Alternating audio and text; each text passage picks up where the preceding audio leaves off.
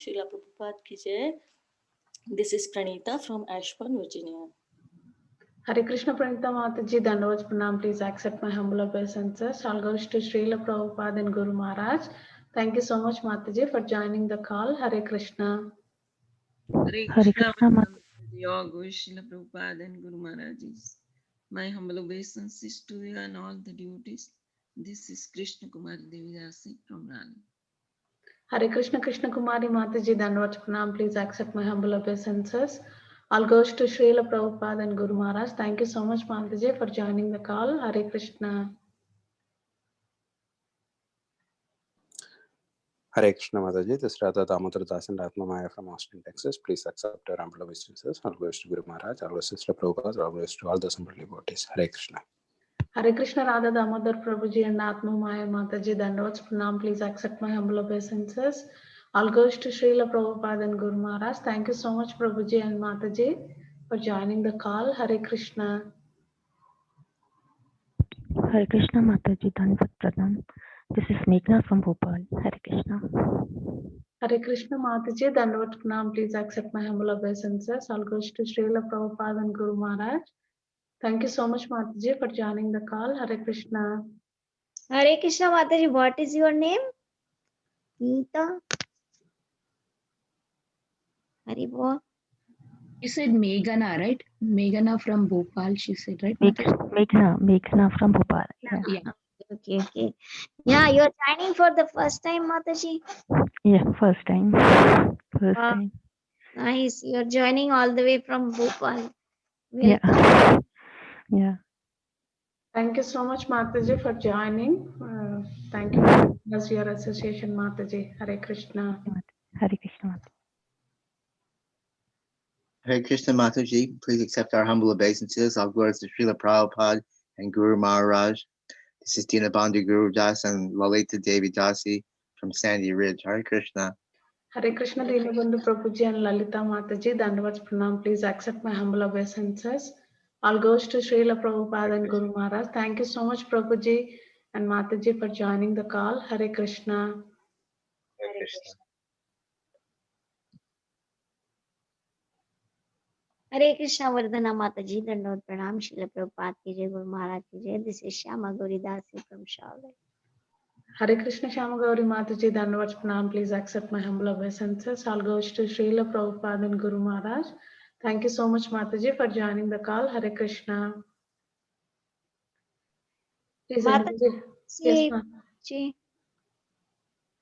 Yes, Mataji. Do you see Prabhuji join?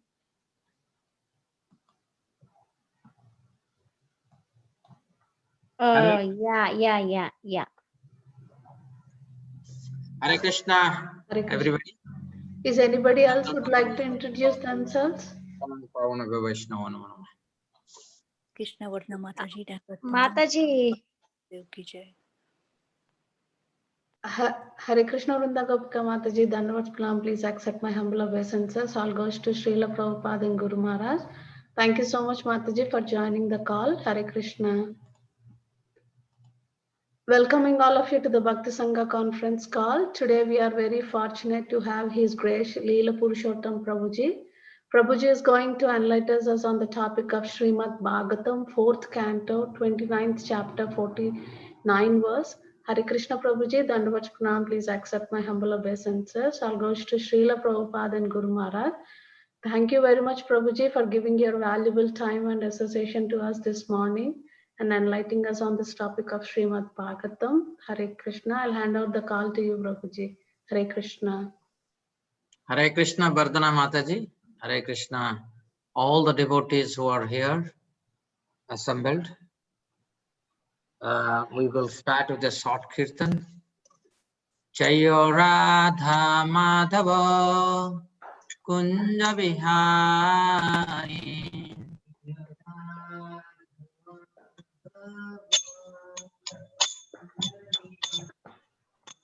Jaya Gopi Jana Vallabha Girivaradhari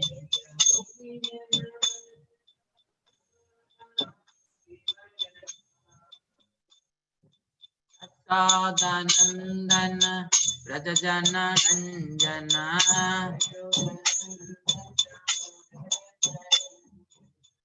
Yamuna Tera Vanachari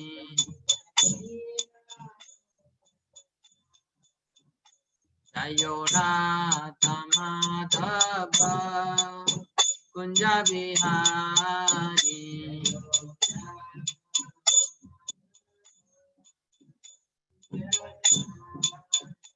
Jaya Gopi Jana Vallabha Girivaradhari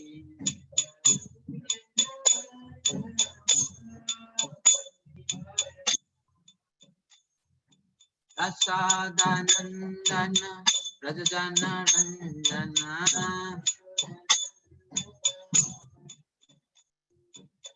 Yamuna Tera Vanachari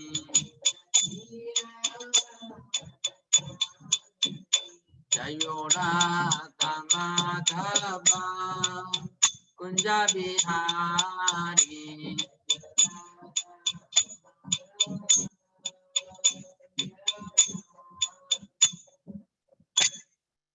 Jayam Vishnupad Paramhamsa Parivrajacharya Stotra Tasya Vain Krishabhaya Charanarvita Bhaktivedanta Swami Srila Prabhupada ki Grantara Srimad Bhagavatam ki Samaveta Bhakta Vrinda ki Samaveta Bhakta Vrinda ki Samaveta Bhakta Vrinda ki Pancha Kalpatarvesya Kripa Sindhuvya Eva Cha Patitanang Pavanebhyo Vaishnavebhyo Namo Hare Krishna. Thank you, Bhakti Sangha group, Samgori Mataji, Vardhana Mataji, and others who gave me, who have been giving me this opportunity to spend some time preparing these lectures and sharing with you. I am really honored and very happy. Today we are going to read from Srimad Bhagavatam, Canto 4, Chapter 29, Talks between Narada and King Prachina Varishat, Text 49.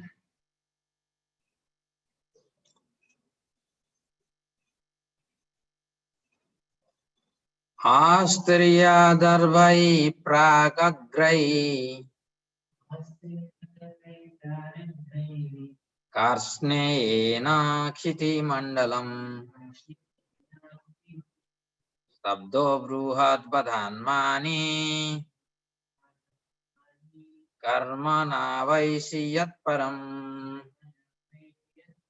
Tat Karma Harito Samyat Savidya Tanmati Jaya Asteriya, having covered Darvai by Kusa grass, Prak Agrai with the points facing east, Karsnena altogether, Shiti Mandalam, the surface of the world, Sabdaha, proud, upstart, Bruhat, great, Badhat, by killing, Mani, thinking yourself very important, Karma, activity, Na Avaisi, you do not know, Yat, which, Param, supreme, Tat, that, Karma, activity, Haritosham, satisfying the supreme law, Yat, which, Sa, that, Vidya, education, Tat, unto the Lord, Matihi, consciousness, Yaya, by which, Translation and purport by His Divine Grace A.C. Bhaktivedanta Swami Srila Prabhupada. Srila Prabhupada ki. My dear king, the entire world is covered with the sharp points of pusa grass. And on the strength of this, you have become proud because you have killed various types of animals and sacrifices. Because of your foolishness, you do not know that devotional service is the only way one can please the Supreme Personality of Godhead. You cannot understand this fact. Your only activities should be those that can please the Personality of Godhead. Our education should be such that we can become elevated to Krishna consciousness. Purport. In this verse, the great sage Narada Muni directly insults the king because he was engaged in performing sacrifices that entailed the killing of a great number of animals. The king was thinking that he was great for having performed so many sacrifices. But the great sage Narada directly chastises him, informing him that his animal killing only leads to his being puffed up with false prestige. Actually, anything that is done which does not lead to Krishna consciousness is a sinful activity. I can repeat this sentence. Actually, anything that is done which does not lead to Krishna consciousness is a sinful activity. And any education that does not lead one to understand Krishna is false education. I'll repeat that again. Any education that does not lead one to understand Krishna is false education. If Krishna consciousness is missing, one is simply engaged in false activities and false educational pursuits. Although it's a very short purport, but it's profound, extremely profound. Namo Vishnu Padaya Krishna Prasthaya Bhutale Srimate Bhakti Vedanta Swami Niti Namine Namaste Saraswati Deve Gaurvani Pracharine Nirvishesha Sunyavadi Pasyat Deshatarine Sri Krishna Chaitanya Prabhu Nityananda Sri Advaita Gadadhara Srivasadi Gaur Bhakta Pradipata Hare Krishna, Krishna Krishna, Hare Hare, Hare Rama, Rama Rama, Hare Hare. Dear devotees, you see, we have been discussing this subject matter, started with the Puranjana story, and then subsequent chapters, how Puranjana became woman, and now finally Narada is giving instruction to King Prachina Varishat. And in the beginning, I had told, or I had made a statement saying that when even a sadhu like Narada, when he starts speaking to somebody who's very puffed up, you cannot directly find fault with him because he'll not be able to accept it.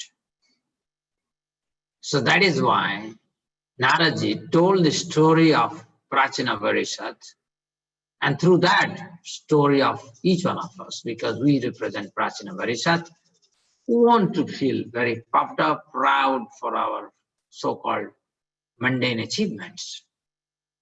And hence he spoke about the Puranjana story in the form of allegory, but that is his story, my story, your story, all of us story, the conditioned soul who are wandering in this material world. And after Prachina Varishat heard about it, and then he realized the goal of human life, then he started asking questions to Narada. And when he started asking questions, Narada took the freedom now to chastise him directly, condemning his actions. And as you know that his actions are very condemnable because he was taking he was actually taking pride in killing animals in sacrifices. Normally, killing animals is not a good thing. But in sacrifice, normally the Vedic hymns are chanted by which, in great sacrifices, the Brahmins can exhibit how the soul leaves the animal body and goes for the higher planetary systems and sometime even to Vaikuntha. So that they could demonstrate, and it was a really very, very fantastic vision, particularly people, those who cannot fathom on truth by simply hearing, they need to be seen. And Vedic hymns, the potency of Vedic hymns are full in demonstration. But when they are not done properly, it causes severe reaction. And that's what exactly happening, because when the curtain of illusion was removed, Prachina Varishat was shown, all those animals he sacrificed, they were not sacrificed, they were killed, they were murdered, and hence they're waiting to take revenge on the king, Prachina Varishat. Today in the morning we were reading Srimad Bhagavatam in Canto 1, Chapter 5, Narada's instruction on Srimad Bhagavatam. And we were reading one of the very famous verse of Srimad Bhagavatam. In Bhagavatam, first canto, chapter 5, is the foundation of Bhagavatam, because here Naradaji will chastise Vyasadeva that he has misled people into dharma, artha, kama, moksha, instead of telling them directly the glorification of Krishna. And as we saw in the purport, Srila Prabhupada is saying that which does not lead to Krishna consciousness is a sinful activity, and that education which doesn't teach us the Krishna Tattva is a slaughterhouse education, or is a false education. So this verse that we were talking today was Tektva swadharmam charanan bhujam hare bhajan pakatha patetato yadi yatra kova bhadram abhudamusya kim kovartha apto bhajatam sadharmata. And this particular verse is very apt, because this is the basis by which Bhagavatam was finally revealed to Vyasadeva by the arrangement of Sri Sri Guru and Krishna. Your Guru is Srila Narada, one who has forsaken his material occupation to engage in devotional service of the Lord may sometimes fall down while in an immature stage, yet there is no danger of his being unsuccessful. On the other hand, a non-devotee, though fully engaged in occupational duties, does not gain anything. We have been discussing this particular point a lot now. Prabhupada says, Srila Prabhupada is saying that no species in 8.4 million, they have performed research and work for economic development to engage in eating, mating, sleeping, and defending. Unfortunately, in this age of Kali, we are engaged in eating, mating, sleeping, and defending. And for that, we are working very hard. We are working for economic development. This is a sheer waste of human life. Human life is meant to invest in Krishna consciousness. Prahlad Maharaj is instructing his own friends who are born in demoniac families, saying that this economic development is nonsense. Very rarely we get a human birth. And in this very rare human birth, hardly we have time, because Prahlad Maharaj gives a table. He says 50% is gone in sleeping. So that is 100 years if you live, 50 years is gone. Initial 10 years in childhood, pampering and so forth, gone. And then 20 years, education, aspiration, and blah, blah, blah, blah. So what is left, he's asking. And still, we want to dream so many mundane things. Why? So I thought today, because you see here what Prachina Varishad is being advised by Naraji, that instead of taking pride in so-called false sacrifices, in demonstrating false aristocracy, he should do things that pleases Krishna. And I hope that I will make a presentation on how to please Krishna. And I made just this slide is not made when I have made this slide only for this lecture, so it was not a slide made earlier, as I have made some presentations before. So please, even if there are many faults, please be merciful to me. Where is the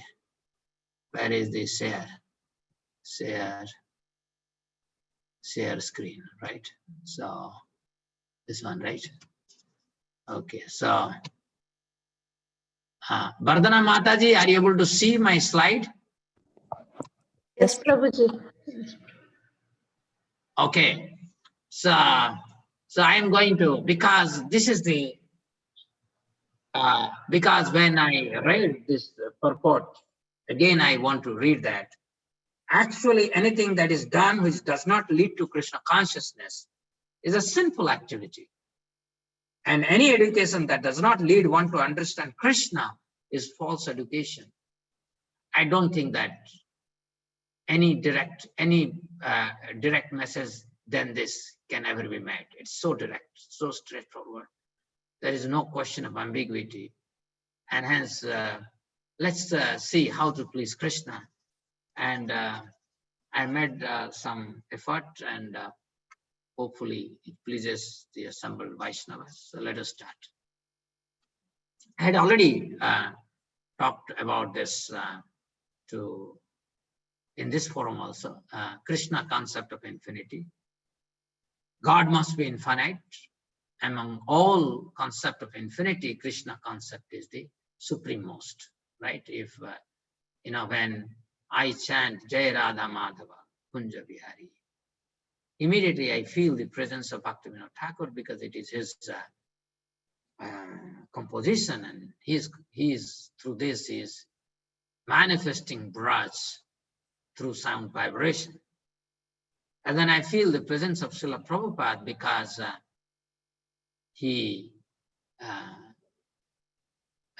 sang this song before every Srimad Bhagavatam lecture, and that way he established that it is Braj, it is the Goloka Vrindavan, where Radha and Krishna are enjoying their amorous pastimes in different kunjas along the Yamuna, and performing varieties of activities and pleasing all the devotees there.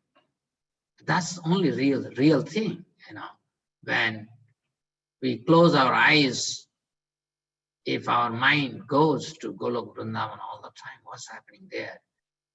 Where is Krishna now? What does it do there? And the varieties of such meditation and contemplation can make our life very sublime, spiritual, and spiritually uplifting. So the point is, nobody understands Krishna, right? Because that's by ontology.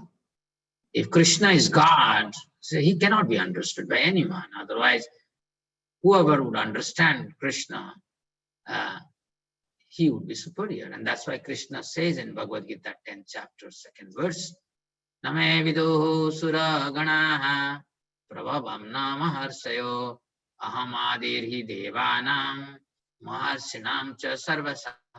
Neither the host of demigods nor the great sages know my origin or opulences, for in every respect I am the source of the demigods and sages. So nobody understands Krishna, including Lord Brahma, Lord Shiva, demigods.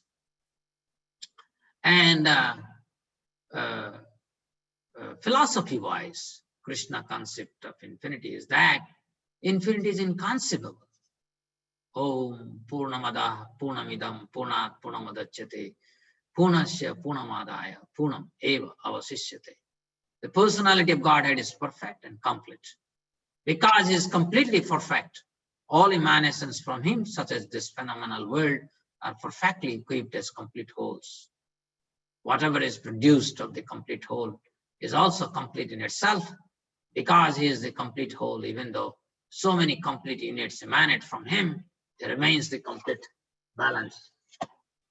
And so dear devotees, I would like to remind you, 2 days back, 2 scientists got Nobel Prize for being able to edit genetic editing. And so the philosophy of genetic editing is that the part of that gene which is most likely the cause of a disease or some abnormality, if we can purge it out, and then it will be a great achievement. And although it is a very controversial topic, and they have been given Nobel Prize. So after they got the Nobel Prize, I was just thinking about it, and I was meditating that, okay, the gene that they are actually dealing with is from the gross body. What they will do with the subtle gene, because the subtle gene, that has more impact on our body. You see, because of COVID pandemic, people are confined to their homes, and we have seen that how mental psychic patient, the numbers have increased. The suicidal tendency has increased. So then there is subtle gene, and then beyond subtle gene, then there is transcendental gene. That is part and parcel of Krishna. So people, they may get Nobel Prize and doing something that looks very fascinating in a mundane realm.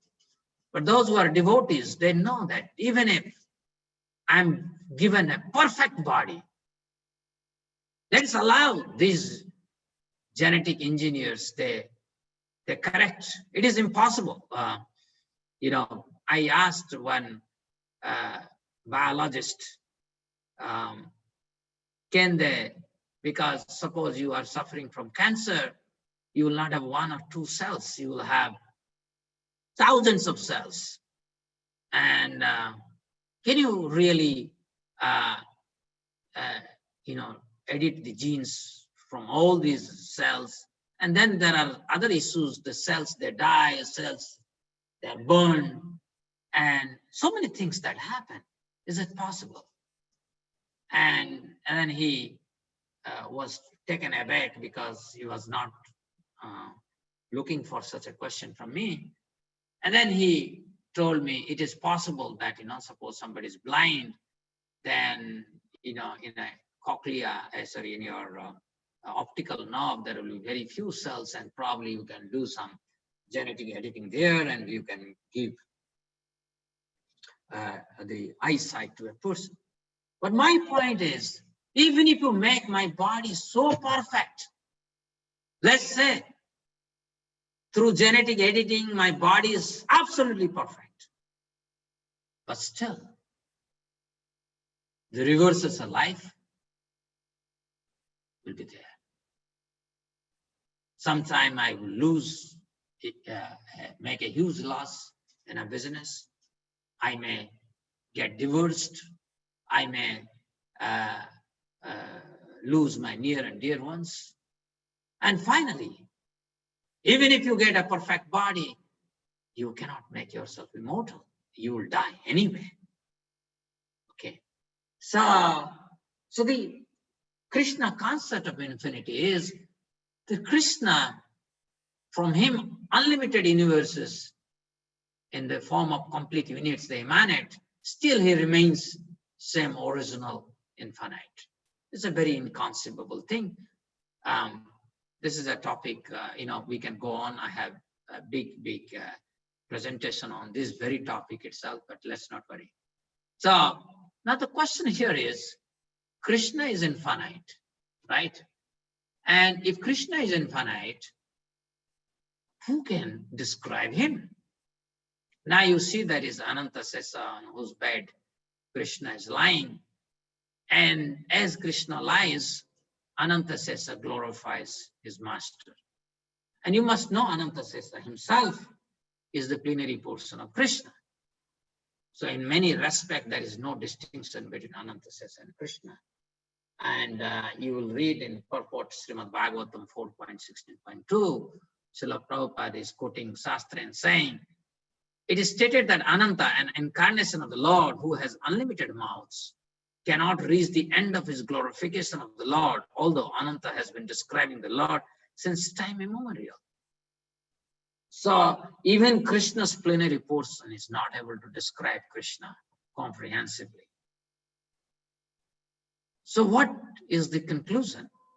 Conclusion is Lord Brahma, Lord Shiva, even Lord Ananta, whose plenary expansion of Lord cannot describe Krishna properly. So how much we understand about Krishna? Lord Krishna is inconceivable, hence not completely knowable by anyone, including Ananta. Even Lord Brahma and Lord Shiva declared that they hardly know about Krishna. And Bhagavad Gita describes Lord Krishna. We hear and try to describe him. Like he says, Mataha parataram nanyat kinchit asti dhananjaya. Aham sarvasya prabhu mataha sarvam pravartate. So, hearing the way Krishna is describing him, right, we may deliberate, we may introspect.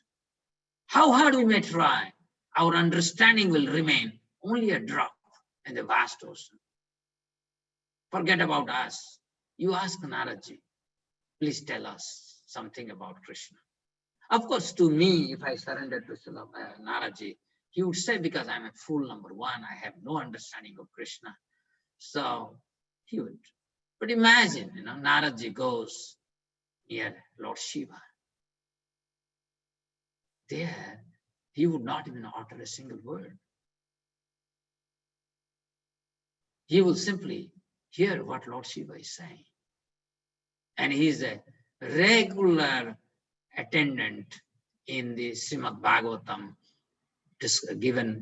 discourse given by Lord Shiva under a veil tree in Kailasa. So it is not that people don't understand Krishna. We understand Krishna, but our understanding is very little. It's like a drop in a vast ocean. But holy name can reveal our relationship with the Lord Krishna. And we can please him being engaged in that relationship. Right? So Krishna can reveal, okay, I'm a servant of Vishnu, I'm servant of Rama, I'm servant of Narasimha. I'm his own servant as Gopa, Gopi, or so many ways. And once I understand my spiritual Swarupa, then I can engage myself in that service. But I don't know that now. So how do I please Krishna? So, but I have not perfected my life, hence do not know my relation.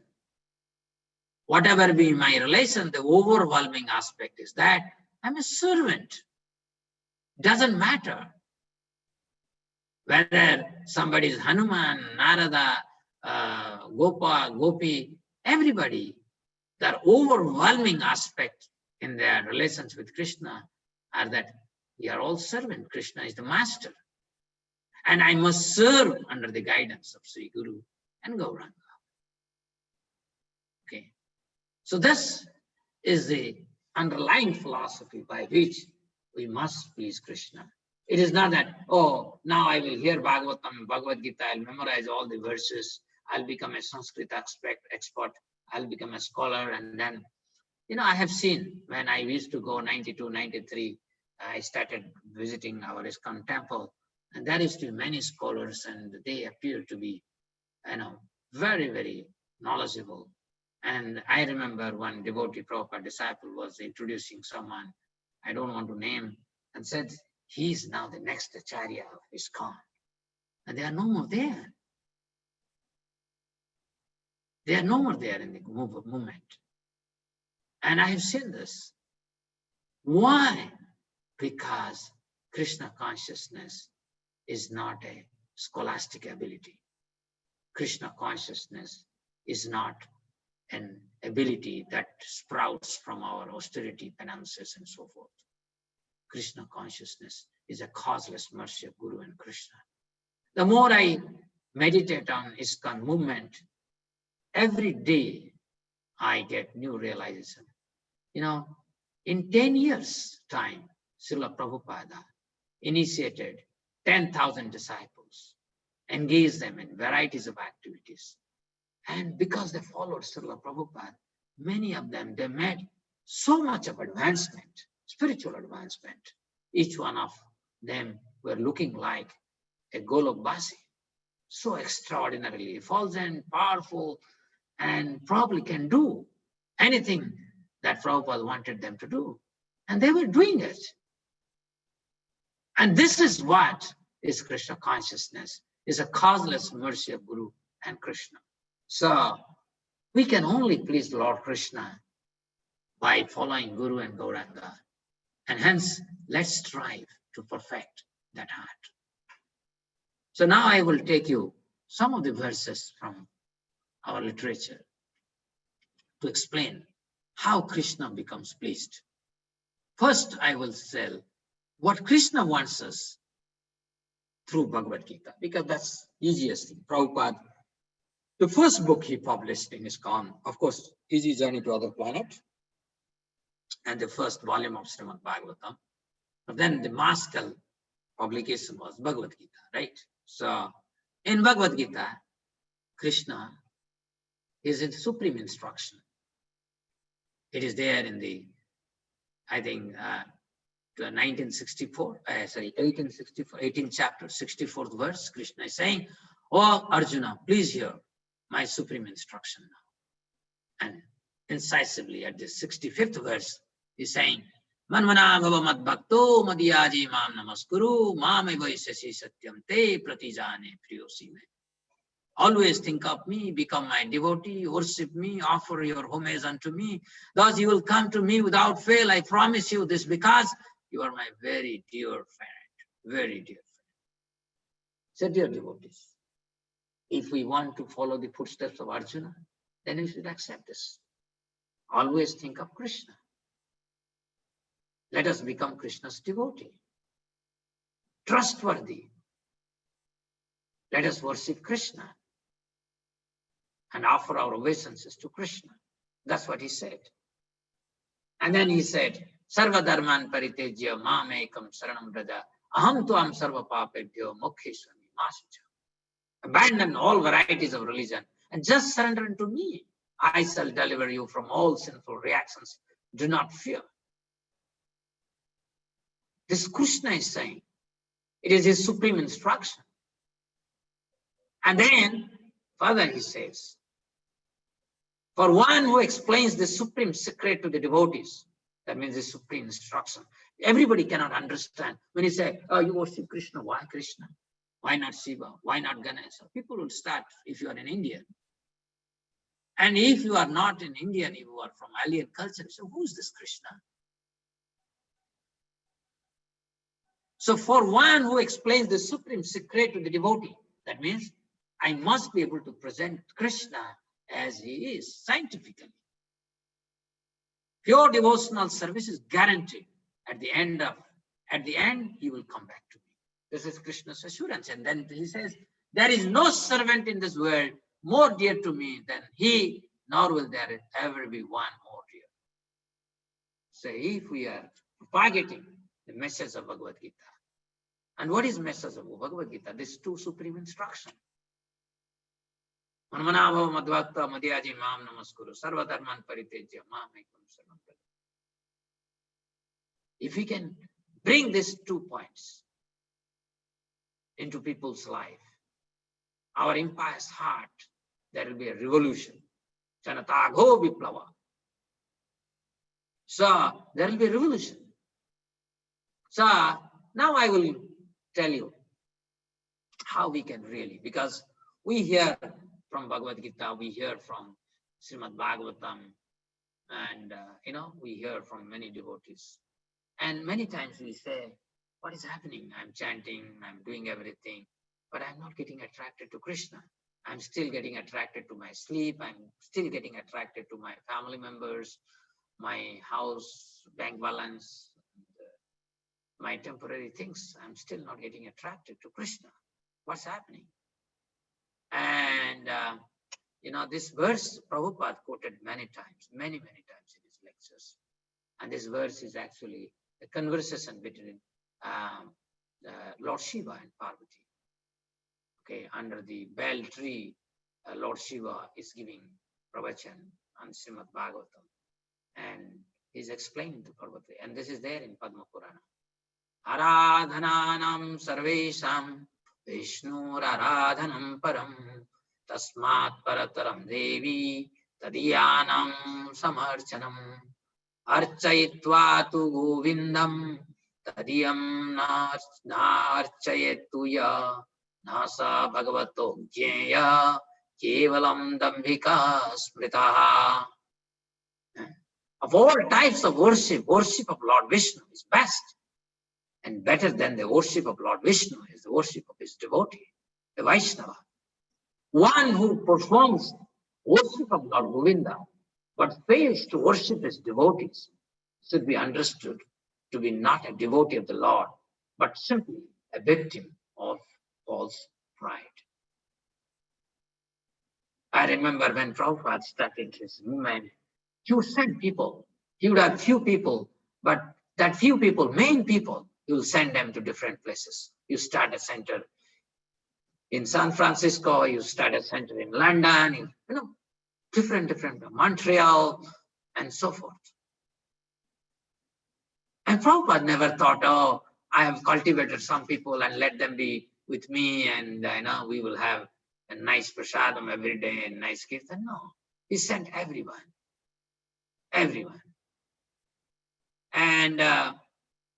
And whoever, when Prabhupada has assigned someone, means there is empowerment by Prabhupada on these wonderful devotees. And whoever served them, they all attained pure devotion. No doubt about it. I've seen in our movement, for the first time I went to New York, because my Guru Maharaj, Srila Rumpad Maharaj, he stays in New York. And so first time I travel in air, that was an international flight, because before that I never flew. In 97 I went because I had a conference in San Francisco, Montreal. And so when I first went to New York Temple, And there, I saw one very, very nice, humble devotee, and he's cleaning the toilet. And then there was one devotee, he told me, he said he's Prabhupada disciple. And I was in awe and reverence because this person is cleaning the toilet, right? So this is what is pleasing to Krishna. When we serve the devotees, when you serve the devotees, Krishna becomes very happy, very, very happy. So you want to please Krishna, please his devotees. Thus, and I'm going to quote more verses here. This verse, whenever you write Vyas Puja offering, most of you might have quoted this verse because this is a very famous verse from Chitashatara Upanishad. Ishya deve para bhaktir yatha deve tatha guru tasyaite kathita hi artha prakasante mahatmanaha. Only unto those great souls who have implicit faith in both the Lord and the spiritual master are all the imports of Vedic knowledge automatically revealed. As I have told you, by becoming Sanskrit scholar, expert in literature, Bhagavad Gita, Bhagavatam doesn't make me attracted to Krishna. This is divine grace of Guru and Gauranga. That is very important for us. So only those great souls who have implicit faith in both the Lord and spiritual master, then only the science would be revealed to us within our heart. This is in Itihasa Samuchaya. This I have taken from Bhaktisiddhanta Saraswati Thakur quote in Chaitanya Bhagavata. Tasmad Vishnu prasadaya Vaishnavan paritosayet prasada sumukho Vishnus tenaiva syanna samsayaha. In order to attain the mercy of Lord Vishnu, one should satisfy the Vaishnavas. There is no doubt that by their mercy, Vishnu will be pleased.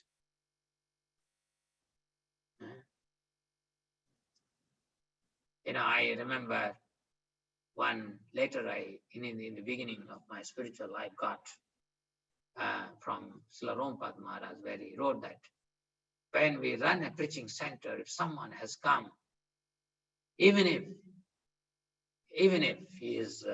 he may look very dirty or abstract or whatever his status, he's our guest on behalf of Krishna.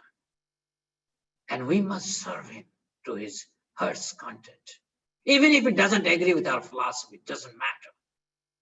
But he has come to our temple. He has come to our preaching center.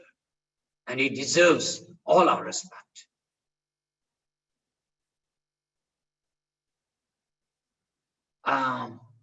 In Adi Purana, it is stated, Yame bhakta janaha partha, name bhaktas chate janaha, mad bhaktanam chaye bhaktas, teme bhakta tamaha mataha, bhakta tamaha, best. My dear Partha, those who claim to be my devotees are not my devotees. But those who claim to be devotees of my devotees are actually my devotees. Suddenly we see someone has come and started preaching center somewhere, opened a temple, opened a farm community.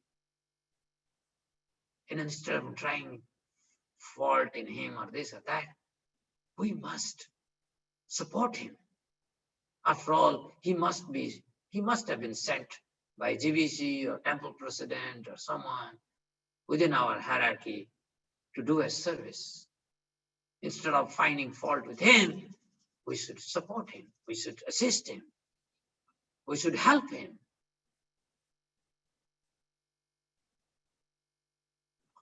This is from Srimad Bhagavatam, 3rd canto, 17th chapter, 2nd verse. It's a very, very nice verse. It says, Durapi alpa tapasa deva vaikuntha vartmasu yatropagiyate nityam deva devo janardana. Persons whose austerity is meager, just hear about it very carefully. Persons, alpa tapasa. Alpa tapasa means meager. Those who cannot perform austerity, those who have not performed austerity. Persons whose austerity is meager can hardly obtain the service of the pure devotees who are progressing on the path back to the kingdom of Godhead. The Vaikunthas. Then I need some water. Pure devotees engage 100% in glorifying Supreme Lord, who is the Lord of demigods and the controller of all living entities. So it is not easy to get association of pure devotee.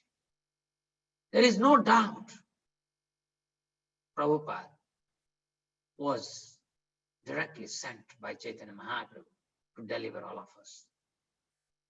And all those devotees who served him must be so great, so extraordinary. In my initial days in Krishna consciousness, in Krishna Balram temple, when Tamal Krishna Maharaj used to visit, or any big disciple of Srila Prabhupada used to visit, I've seen it was like a big celebration. Everybody used to be so happy. There was so much of energy within everyone. And it was like a feeling of, one family. It was so extraordinary. So those who have served pure devotees, those who are serving pure devotees, they're extraordinary. Because by meager austerity, we can never come in contact with any sadhu. It is not possible. Here it is from Padma Purana, Uttarakhanda.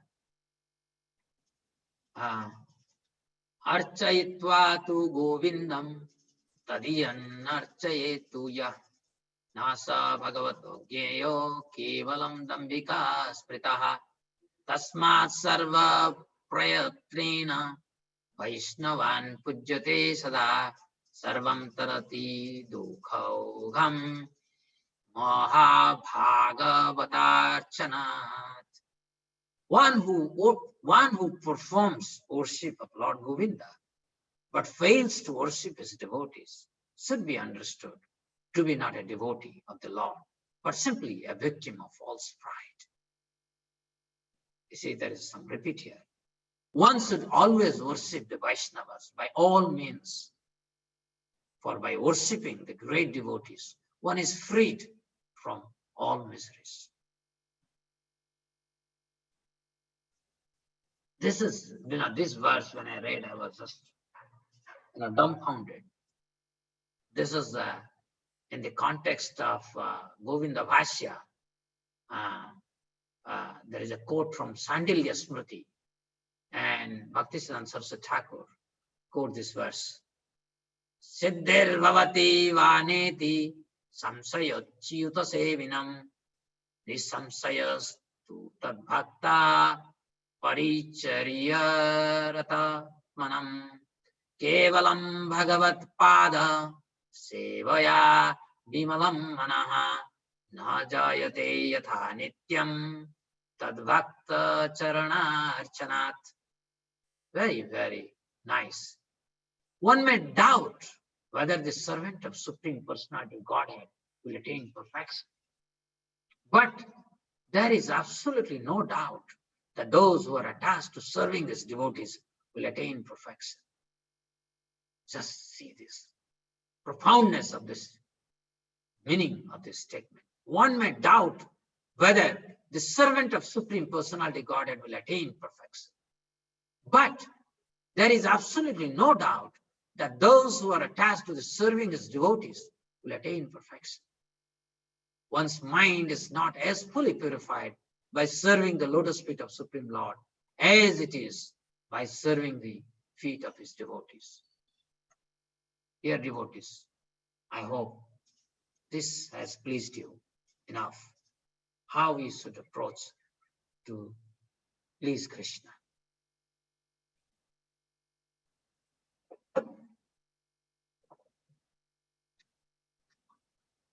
So,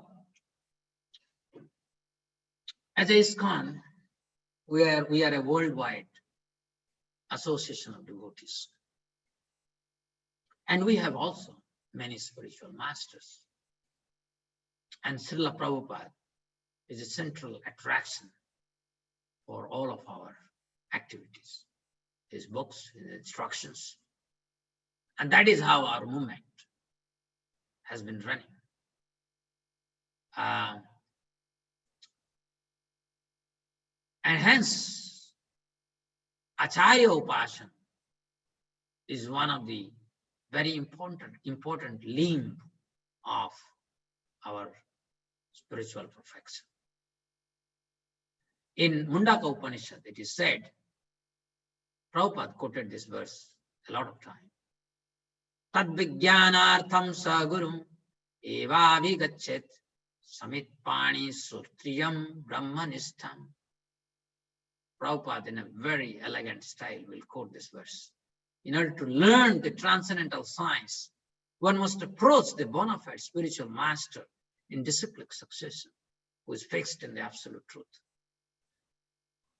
So, spiritual master is a must to feel connected to the parampara, to Krishna. And here it is, Srimad Bhagavatam.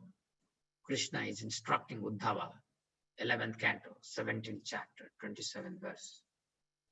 Acharyam mam vijyaniyan naiva manyate karichit namartya buddhya suyata sarva devo mayo guruhu. This is Krishna's direct instruction to Uddhava. And he's saying, one should understand the spiritual master to be as good as I am, said the blessed Lord. I'm taking as, this is one of the Prabhupada, the Vyaspu's offering, the way he has, because earlier Prabhupada used to translate Krishna as blessed Lord. And later it was changed to personality of Godhead, Supreme Personality of Godhead. Nobody should be jealous of the spiritual master or think of him as an ordinary man, because the spiritual master is the sum total of all demigods. Sum total of all demigods. This is Sarvo Devo Mayo Guru. So this is Acharya Upasana. In Padma Purana, it is stated, Sampradaya Vihinaye Mantraste Nisphalamataha. Unless you are initiated by a bona fide spiritual master in the disciplic succession, the mantra that you might have received is without any effect. We are chanting Hare Krishna, Krishna Krishna, Hare Hare, Hare Rama, Rama Rama, Hare Hare. We are chanting, but we are not feeling connected to Panchatattva, Gauranga, Guru Parampara. That means I have not done Acharya Upasana properly. I have not accepted this mantra through proper disciplic succession. So I won't feel getting connected. We devotees within ISKCON, we feel connected to Prabhupada, Bhakti Siddhanta Saraswati Thakur,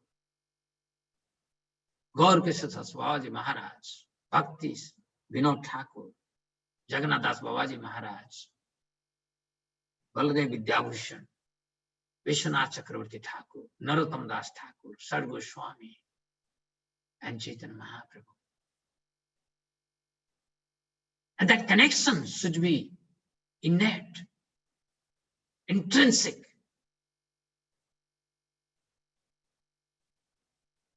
So here it is, Kathopanishad. It says, Uttisthataha Jagrataha Prapya Varana Nivodhataha Khurasya Dhara Nishita Duratyaya Durgam Pathastat Kavayo Vadanti Kavayo. is plural, kavi and kavayo.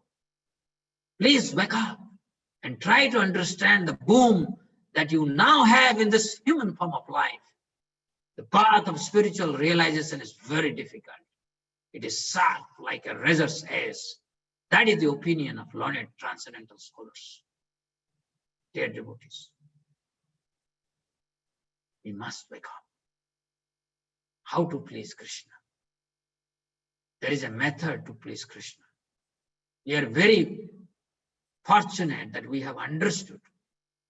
Ultimately, Krishna cannot be understood. Krishna cannot be internalized. Krishna is beyond mundane perception. Krishna is beyond my transcendental perception because he is infinite. I'm infinitesimal. But then I can engage in my relationship with Krishna and please him. That's all I can do. And that is my perfection. My perfection is in pleasing Krishna. You know, you might have heard in Mahabharata, whenever Krishna went to Hastinapur those days, he would always go to Vidura's house. Sometime he will eat some simple foodstuffs like leafy vegetable and rice, sometime bananas, sometime, very simple thing. He will never accept royal hospitality of Kurus, although he had very, very dear devotee within the Kuru dynasty, Bhishmadev. And you must know that Vidura, although he had a lot of opulence because Dhritarashtra out of affection had provided him enough wealth, but he always lived in a hut and spent all his money in propagating Krishna consciousness. And that is why Krishna always went and ate in the house of Vidura. Pleasing Krishna is simple for those who are simple. But those who are very complex, they cannot please Krishna. Our mode of passion and mode of ignorance will not help us to please Krishna. And this is I have told you last class, I think, human form of life. Prabhupada's very favorite verse. Yasyatma buddhi kunape tridhatuke sodhi kalatradisu bhauma ijjati yatirtha buddhi salilena karichit anesu abhigyesu saeva gokhara. Anyone who accepts his bodily bag of three elements, bile, mucus, and air, as his self, who has an affinity for an intimate relationship with his wife and children, who considers his land worshipable, who takes bath in the waters of the holy places of pilgrimage, but never takes advantage of those persons who are in actual knowledge, is no better than an ass or a cow. So, if we do not take association of sadhus, pure devotees of Krishna, if we don't learn how to follow them, then our life is a simply waste. We have taken a human birth, but we are wasting our human life without being engaged by a devotee.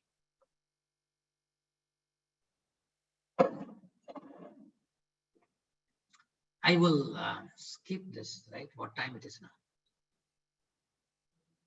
5:55. I think I should see there is how to please Krishna. There is a description between Raya Ramananda and Chaitanya Mahaprabhu. Chaitanya Mahaprabhu would ask, tell me ultimate goal of life. And then Raya Ramananda would quote verses like Varna Srama Charabhata Purushena Parapuman Vishnu Raradyati Pantha Nanyat Tatosha Karma. It says that one must remain in Varnasrama and please Hari. And Chaitanya Mahaprabhu says, fine, but it's not good. Then he will go further and says, Yat karosi yadasnasi, yat josi dadasi, yat taposisi kaunteya, tad kurusu madartha. So he would say, my dear son of Kunti, whatever you do, whatever you eat, whatever you offer in sacrifice, whatever you give in charity, whatever austerities you perform, all the results of such activities should be offered to me, Krishna, the Supreme Personality of Godhead. That means all our actions must be dedicated to Krishna. And Mahaprabhu said, no, this is not. And then he would quote Sarva Dharman Parityajya, Mamekam Sanam Braja. And one would think, that's a very beautiful thing, because you give up all kinds of religion, all kinds of dharma.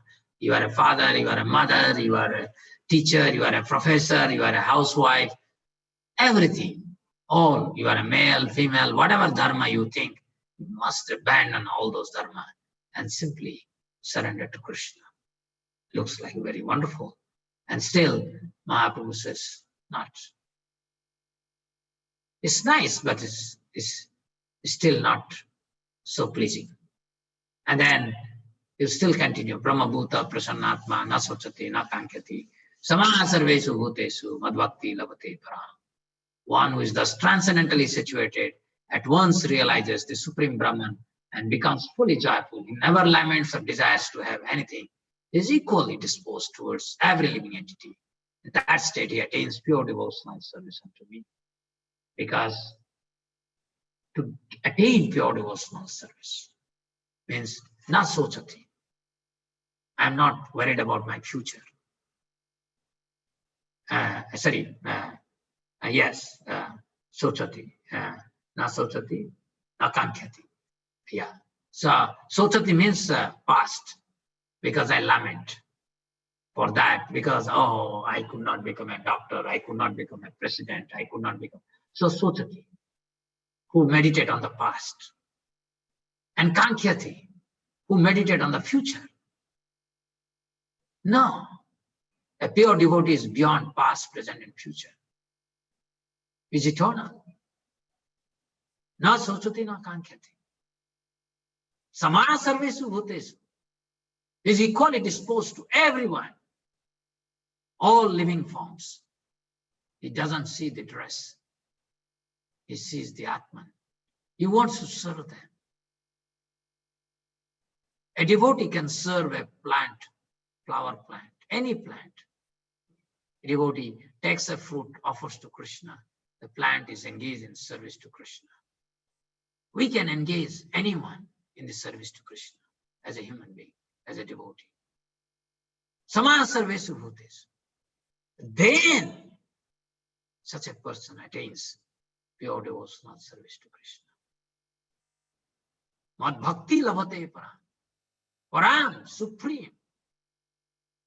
Mad bhakti. To attain Krishna's bhakti is the most important goal. And I'll skip many things here. Maybe I'll just go to Chaitanya Charitamrita Madhya Lila 8.69. As long as there is hunger and thirst within the stomach, varieties of food and drink make one feel very happy.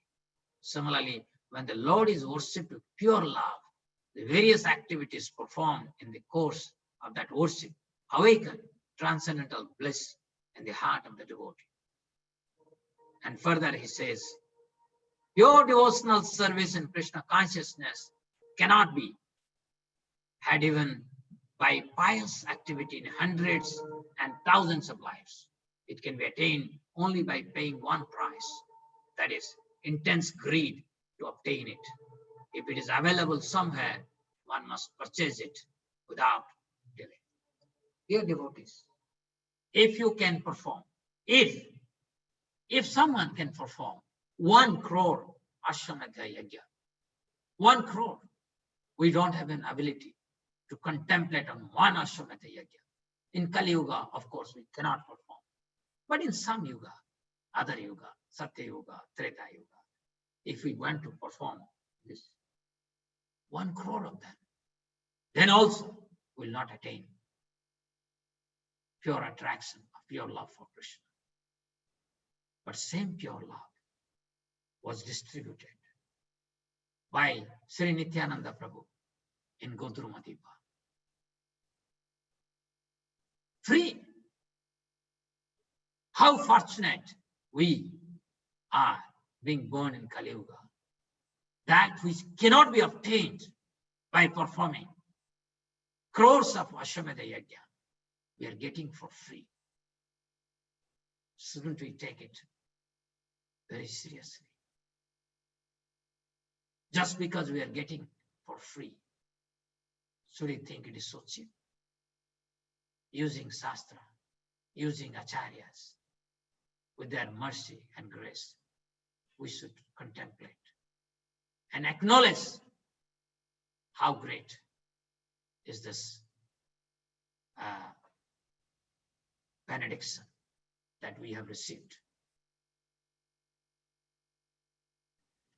So I am now going to concluding verses. This is the principle by which we must please Krishna. And Rupa Goswami, real renunciation. It is in Bhakti Rasamrita Sindhu. Anasaktasya Vishayan Yatharam Upayunjataha Nirbandha Krishna Sambandhe Yuktam Vairagyam Uchyate Prapanchikataya Buddhya Hari Sambandhi Vastuna Mukhyu Parityago Vairagyam Falgu Katyate. One is said to be situated in fully renounced order of life if he lives in accordance with Krishna consciousness. He should be without attachment for sense gratification and should accept only what is necessary for the upkeep of the body. On the other hand, one who renounces things that could be used in the service of Krishna under the pretext that such things are material does not practice complete renunciation. And one of the limbs of Krishna conscious movement, as Prabhupada gave us, preaching is the essence, books are the basis, and purity is the force. And there is the fourth one, utility is the principle. Utility is the principle. We must know how to engage things in Krishna's service, because everything ultimately springs from Krishna. And this is also Rupa Goswami talks in Srimad Bhagavatam, and it is there in Chaitanya Charitamrita Madhya Lila, 22nd chapter, 128 verse. Sadhu Sangha Nama Kirtana Bhagavata Sravana Mathura Vasa Sri Murtir Sraddhaya Sevana. These are the 5 limbs of devotional service by which we can please Krishna. We must associate with the devotees, serve them. We must chant Krishna's name, perform Sankirtan, Nagar Sankirtan, chanting together, hearing Srimad Bhagavatam. We must reside in Mathura Vasa. Mathura Vasa means wherever we stay, the atmosphere should be that of Braj. Worship the deity with faith and veneration. These are the 5 things. Actually, Krishna consciousness has become very simple. It doesn't require any so-called mundane intelligence. It requires spiritual grace to understand it. And all of us, we do this. And this is all we have to do. We have to practice 4 regulatory principles. We must be regular in Mangalarti. We must chant minimum 16 rounds. We must read Prabhupada books on regular basis. We must be serving devotees, which I gave many quote. And preaching, Sankirtan, book distribution, prasadam distribution. So many ways preaching can be done. And the essence is chanting Hare Krishna, Krishna Krishna, Hare Hare, Hare Rama, Rama Rama, Hare Hare. So ultimate way, ultimate goal, that how do we know that we have pleased Krishna? If we are able to chant incessantly. If once I enter into chanting, I lose the external consciousness. That's when I can tell that I have pleased Krishna. There must be some milestone. So this is my end note. Sri Sikkastakam. This is the basis by which we can realize that we have pleased Krishna. The process of cleansing the heart. This is the first verse of Sikastakam, Cheto Darpana Mahajana.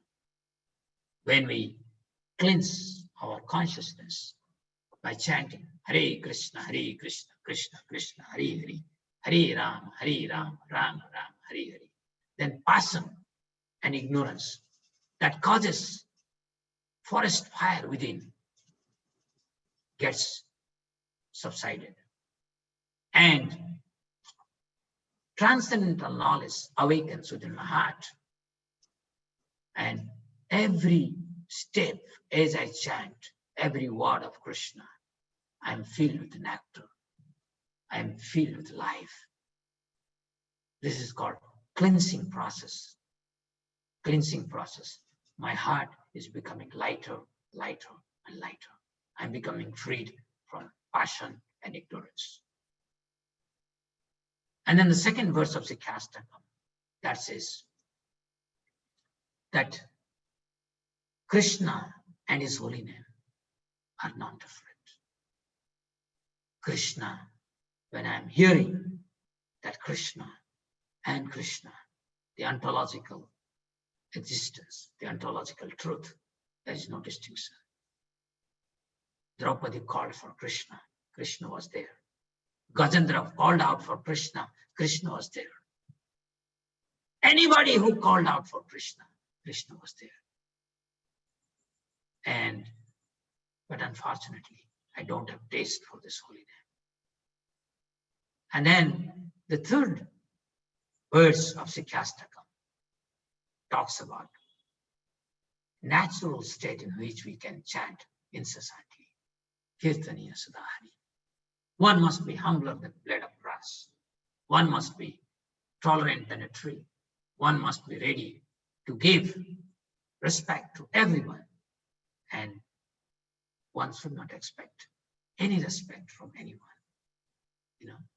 And from our simple experience, when I was plucking bitter gourd from my kitchen garden on the top of my roof, suddenly I realized this plant, bitter gourd plant, is able to share its own body with me, doesn't cry.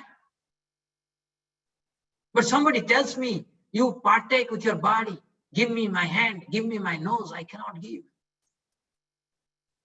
So I prayed, I said, oh bitter gourd, I'm taking you this and cook for Krishna and offer to Krishna. Please bless me. We can be humbler than blade of grass, more tolerant than a tree, simply seeing that how everyone is engaged somehow or other in Krishna's service. And when we consider everyone as our master, we are in a perfect state to chant continuously. Hare Krishna, Krishna Krishna, Hare Hare, Hare Rama, Rama Rama, Hare Hare. And then fourth verse in Sikastakam, Chaitanya Mahaprabhu was saying that we must be free from all material desires. Material desires and Krishna consciousness cannot go together, my dear friends. Absolute no to material desires. Prabhupada disciples, they looked very wonderful to me because they were absolutely freed from all these so-called mundane desires that were fed to us by our society, by our parents. You must become engineer, you must become professor. I didn't see this kind of thing in there, and that was really attracted me. And next verse, fifth verse of Sikastakam, Krishna is telling, Chaitanya Mahaprabhu is telling that we must fully depend on Krishna. Fully depend. I may memorize 700 verses of Bhagavad Gita. I may chant incessantly Krishna's name. So what? At the time of death, I may not remember either a verse from Bhagavad Gita or even Hare Krishna. This happened to Bharat Maharaj. Was such a great personality. He became a deer.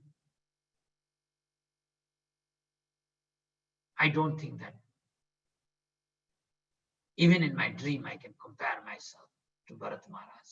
So great personality, Bharat Maharaj. So we must completely seek shelter of Krishna, full dependence. Oh Krishna, oh Nanda Tanuja, please lift me. Somehow or other I have fallen into this ocean, vast ocean of material existence, vast ocean of ignorance. Please lift me and place me as a dust in your lotus feet. And then Chaitanya Mahaprabhu is saying the symptoms of pure chanting. If I chant purely, there will be tears in my eyes like torrential rain. My voice would choke up. And hairs would stand on my hand. Doesn't happen to me. And finally, there are two verses. The 7th verse also symptom of pure chanting. If I'm chanting purely, although I'm living in this world, I don't see this world. Stavara jangama dekhi nadakhi taramurti. Sarvatra spure ishtadeva murti.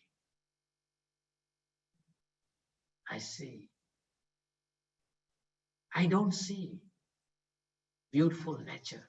I don't see bungalow. I don't see highways. I don't see this world because I have transported myself to pure devotional platform.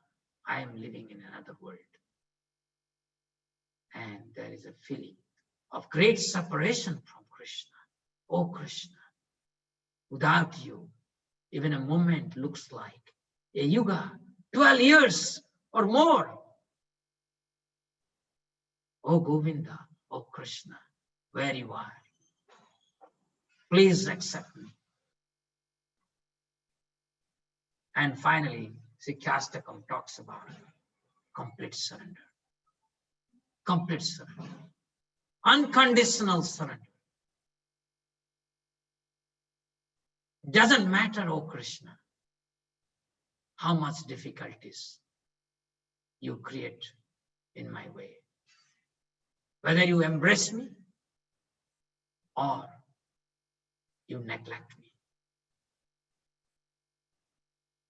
You reject me or you accept me. You smile on me or you don't look at me. You always remain my master, life after life. So, dear devotees, this is a small preparation, how to please Krishna. It is a vast topic, but small samples of different aspects of Krishna consciousness. I made them together. I hope it is pleasing to you. Thank you very much. Hare Krishna.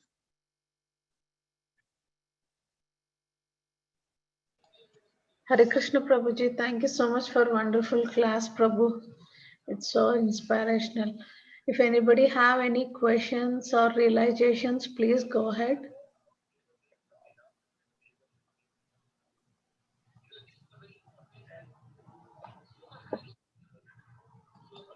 Hare Krishna Prabhuji, Dhanavad Pranam.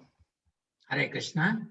Prabhuji, thank you Prabhu for your very nice points and how to please Lord Krishna. So Prabhu, in your slide, you mentioned that first point, right?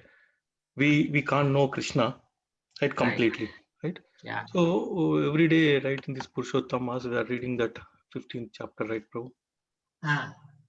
At the end, he says, who knows me without doubting knows everything. Yeah. So what does that mean, Prabhu, then knowing everything there? Very good question. We know Krishna by his instruction. When I said we don't know Krishna, his oceanic opulence, his unlimited transcendental qualities, his vast pervasiveness,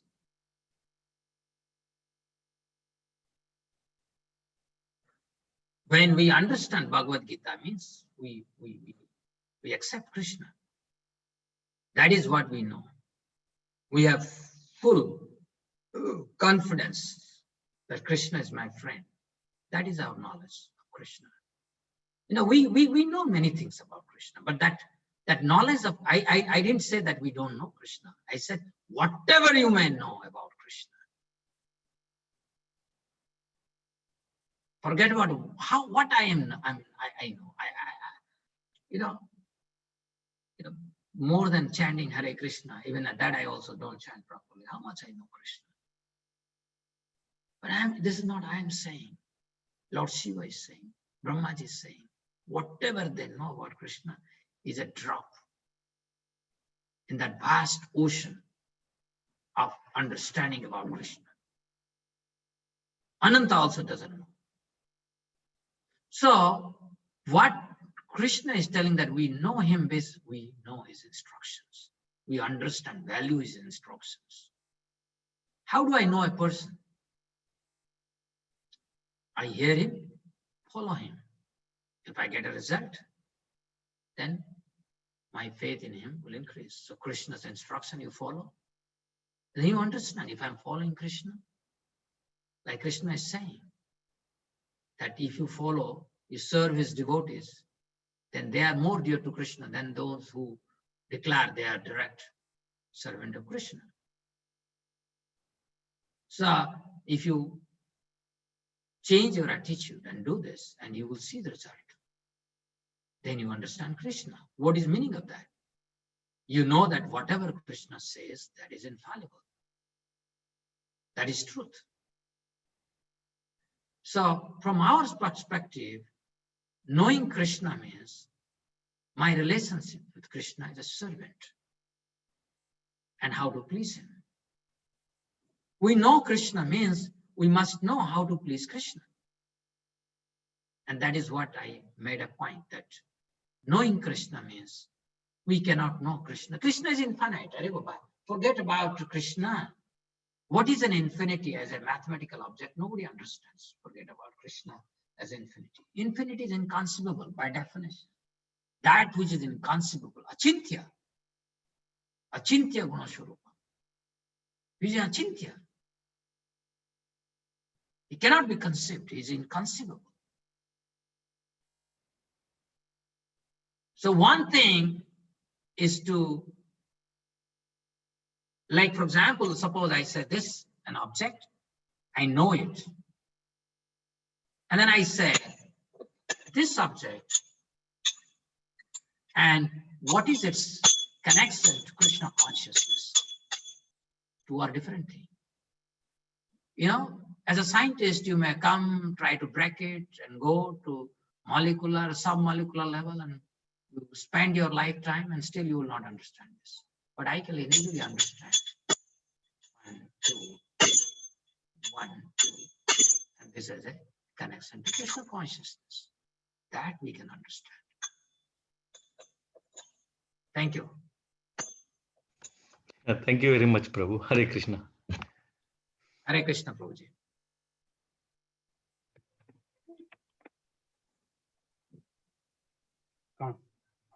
Prabhuji, there is one question in the chat. Chitrajit Roy Prabhu is asking, what is Kunja? How can I serve devotees? Kunja means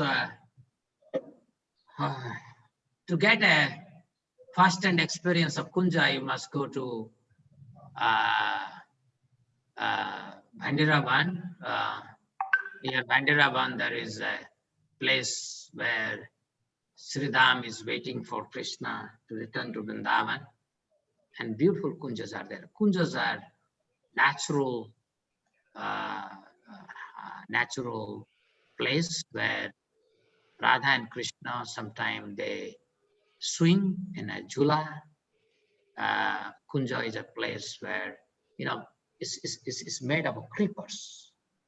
It's like a natural house, but it is made out of creeper naturally. And, there will be gentle breeze, and you will have some sunshine peeping into these kunjas.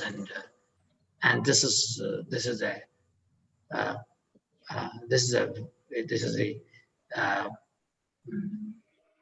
what we say, this is the ultimate manifestation of transcendental opulence, Kunja.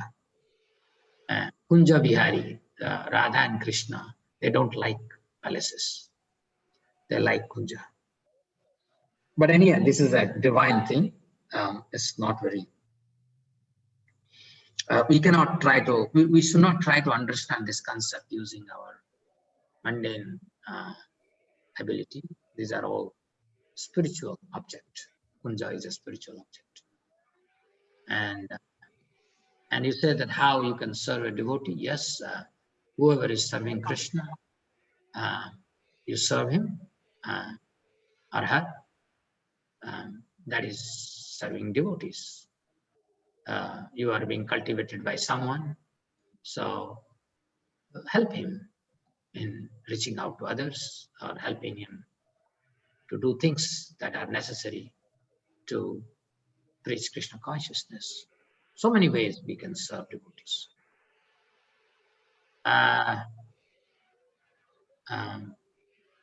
Prabhuji, at neophyte stage, how can one connect to the parampara and serve the devotees of Krishna? Because in the beginning, we are directly approaching the Lord. No, you see that you didn't come to Krishna consciousness directly, is it? Sometimes some devotee might have given you some information. Oh, there is. And I remember when I was in Germany, there are two German devotees. They have their god, their deity, and they will always come and join some celebration, a festival program. And I told them, how did you got connected to our movement? And they said that we were searching for truth, and we were looking for some esoteric books that are normally not available in traditional bookstore. And we are searching there, and someone guided, here, these Hare Krishnas, they are real fellows. And that fellow has no connection with Hare Krishna, but he simply said, these Hare Krishnas are real fellows, please take their books. And they said, that's it. We got that book, and since then we are in touch with devotees. So my point is that somehow or other you get connected to Krishna consciousness. You are approached by a devotee, you come to a temple. So whoever has called you, whichever temple you can, there are devotees there, and appreciating them and serving them. Like, for example, when I went to Germany, I was a professor in Bits-Pilani, and then I went to Juhu. I was working in BI, Bhaktivedanta Institute, and then I went to Germany. And by that time, I have almost preached 7 years. And then after going to Germany, I went to the Cologne temple and said, I'm a devotee, practicing devotee. My name is Lila Purushottam Das. So give me some service today. And they showed me huge, vessels. Said, please, can you please wash it? I said, fine. So, and after doing service slowly, people came to know me, and I got bigger service. And then once I shifted to the temple, and suddenly I realized, they made me, there is a temple president there, but they told me, you take care of the temple. So I was going to my lab, doing research, and simultaneously I have to plan who will give Sunday program talk. And I was also cooking that time. I remember in Saturday, Sunday, I would cook breakfast. And by the time I go to, after cooking, offering, then I go to top of the apartment, temple room apartment, where I have a room, and change my dress, because after taking prasadam, I will dress to the lab. By the time I used to come, I used to see almost all prasadam is finished, right? So it is nice, when finally I came back from Germany and joined IIT Kanpur, and then I got married. All the Sankirtan devotees from Germany and Switzerland, they all came to attend my marriage. I received them from the airport, took them in the train to Odisha, and they were there. Associating with the devotees means making a relationship, a sweet relationship. We offer you wonderful fruit juices and with flowers. We do abhishek. I was just thinking. Some noise is coming. Abhishek externally on the altar is being done with Charnamrits and all. Here Krishna is. Okay. So, yes, it doesn't matter whether we are neophyte or we are advanced. It's better to always think we are neophyte. Then we can serve devotees better. But we should, because a good relationship with the devotees helps us to progress in spiritual life. It is very important. Prakash Sahu, what is the difference between bhogi and yogi? And those who are interested in sense gratification, they are bhogi. Those who are interested in eating, mating, sleeping, and defending, they are bhogi. And we are not really interested in so-called popular yogi. We are interested in pleasing Krishna. Many times yogi means you leave everything and go to a Himalayan bunker and live there, performing severe austerities. We are not interested in that. We are interested in pleasing Krishna. We are bhakti yogi. And that's what we are interested.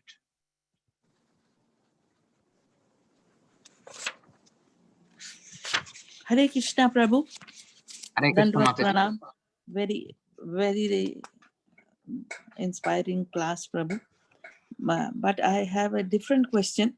I started reading Bhagavatam, which begins with the different incarnations of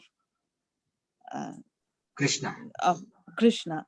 And yesterday when I was reading, I came to the 30th shloka of 3rd chapter, Canto 1.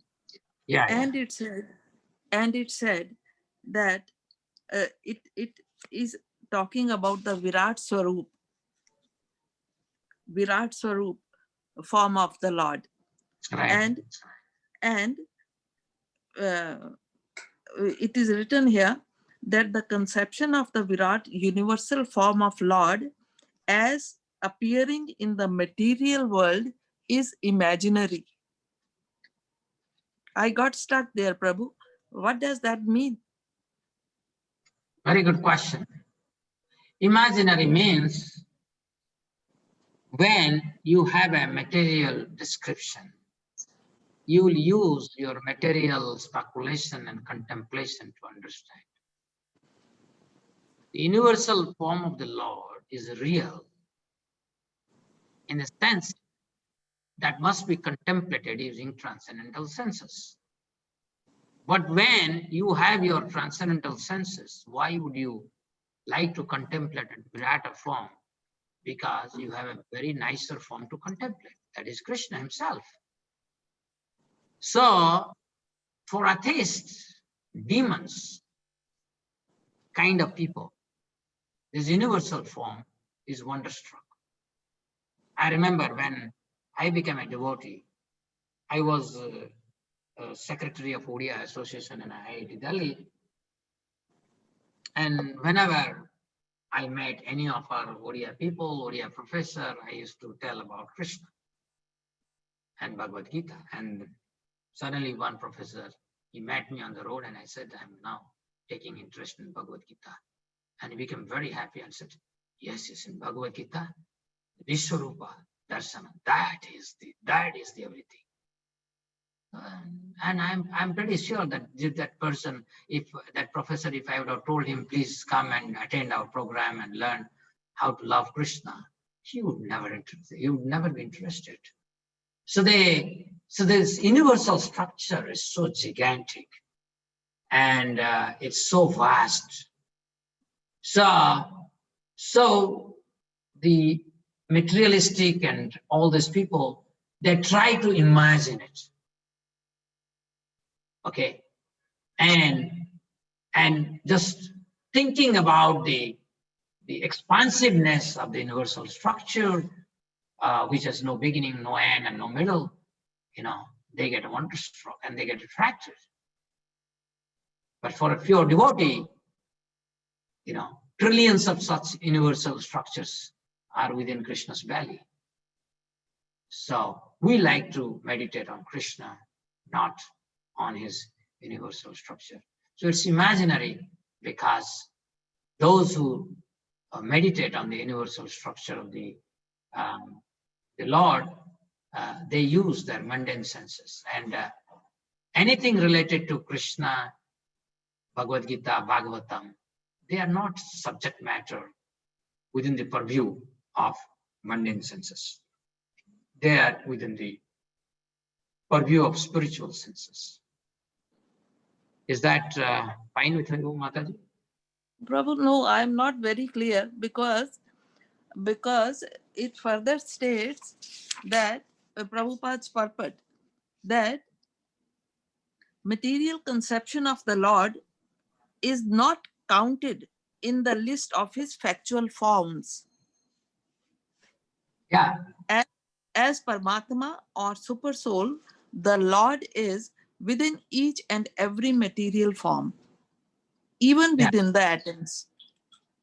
Right. But the outward material form is but an imagination. This point I am not clear. That actually, I understand, because this would require a lot of maturity and understanding the material compositions. Let me tell you, matter means not what your understanding is. Let me tell you. Now, many of us even don't understand. Suppose I watch this glass. Is this glass is outside of me or inside of me? Many would say this glass is outside of me, which is wrong. This glass is inside of me. Why? Because what is the external glass, I don't know. But I have a sensory perception within the glass, within me, because I'm not seeing this glass. What I'm experiencing is something within my consciousness. Within my consciousness, I'm experiencing. So what I'm experiencing within consciousness, that is phenomenal world. This is the beginning of philosophy. That's why Prabhupada never translated the world as an external world. What Prabhupada translated this world as phenomenal world, world of experience. There is a distinction between the scientist and spiritualist. Scientists talk about an external world. We spiritualists, we do not accept an external world. There is no external world, doesn't exist. The only thing that exists is Krishna. So this is a very profound topic.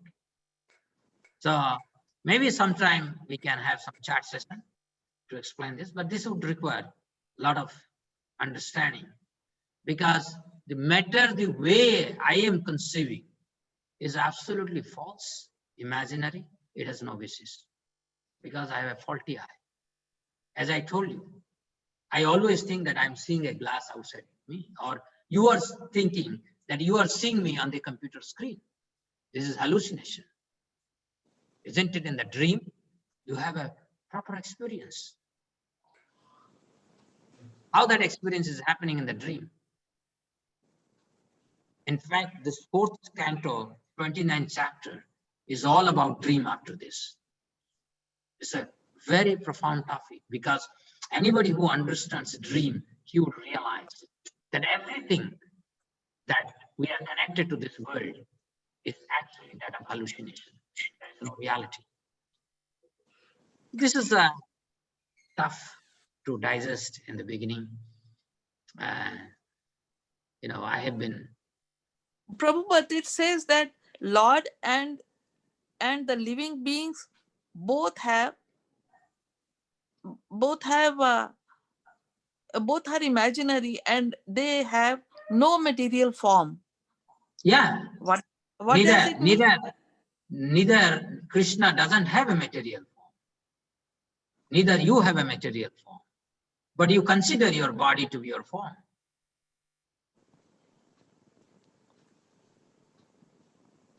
So Krishna manifests a world, and that causes certain experience within you, because you want to have certain experience.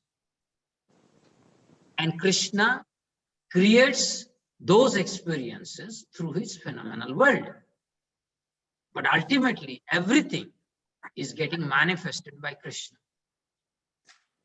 And that Krishna who is manifesting everything, according to our literature, is actually the same person that is Yashomati Nandan or Nandanandan. So this is a very tough subject. But he is in the human form. He's not a human. Krishna is not a human. Avajananti ma mudha manusim tanumasritam param bhava majananto mama bhuta maheshwara. Krishna is not a human. You are human, I am human. Krishna is not human. In the sense, Prabhu, that everybody could meet him, see him, Yashoda Maiya. No. Yashoda saw Krishna. Doesn't mean that Duryodhana saw Krishna. Yes. There are many upstairs, they could not see Krishna. Yes. Forget about it. Even Duryodhana could not see Krishna when Krishna demonstrated his universal form. Normally people say, those who are atheistic and demoniac, they appreciate the universal form. Even Duryodhana could not understand, could not appreciate Krishna's universal form. So it is not easy. Unless Krishna reveals to you, you cannot. So that is why when people say, show me Krishna, what is your qualification? You have qualification to see Krishna. I think I have another meeting. I will, Vardhana Mataji, I would take leave now. I'm sorry, because there are some other meeting I have, and thank you very much for engaging me.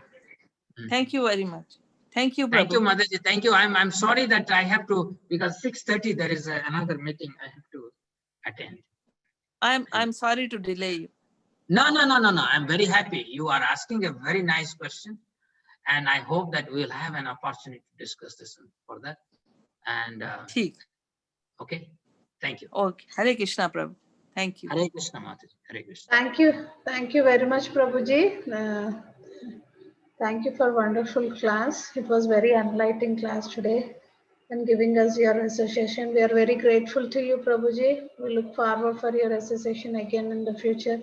If nobody have any questions, we'll end the call here, paying obeisances to Prabhuji and all the devotees. Vancha kalpatarubhyasya kripasindhuvescha patitanam pavanebhyo Rantra Srimad Bhagavatam ki jai, Srila Prabhupada ki jai, Lila Purushottam Prabhuji ki jai, Bhakti Sangha Bhakta Vrinda ki jai.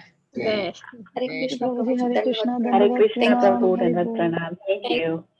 Hare Krishna, Prabhuji.